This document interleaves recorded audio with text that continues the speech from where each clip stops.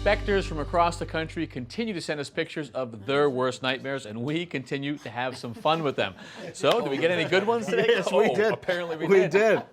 So this one, we have a cluster going on. Like A cluster? A cluster. A cluster so, what? A cluster of meth. So Oh, this okay. one is, this shrub maybe never got pruned. It's way too close to the house. Nothing can breathe. And then we have a vine growing up. This is the new way to do rooftop Do they always gardens. grow up? Do they ever grow down?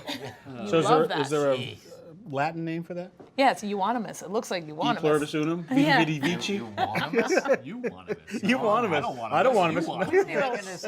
Oh, there you go. This is right over a kitchen range hood. Yep. Here's a hood. Here's a duct. Missed it by that much. All they had to do was cut the hole over a little more. But they Right. did Or a you could nice. just move the stove. Yeah, they could do that. But they did a nice job with the duct tape. Yes. Very The neat. seal. Yeah. It's like watertight up there. Yeah. But look, all right. So let's look. All right. There you go. Fancy. Look at the different shades of roofing, different colors.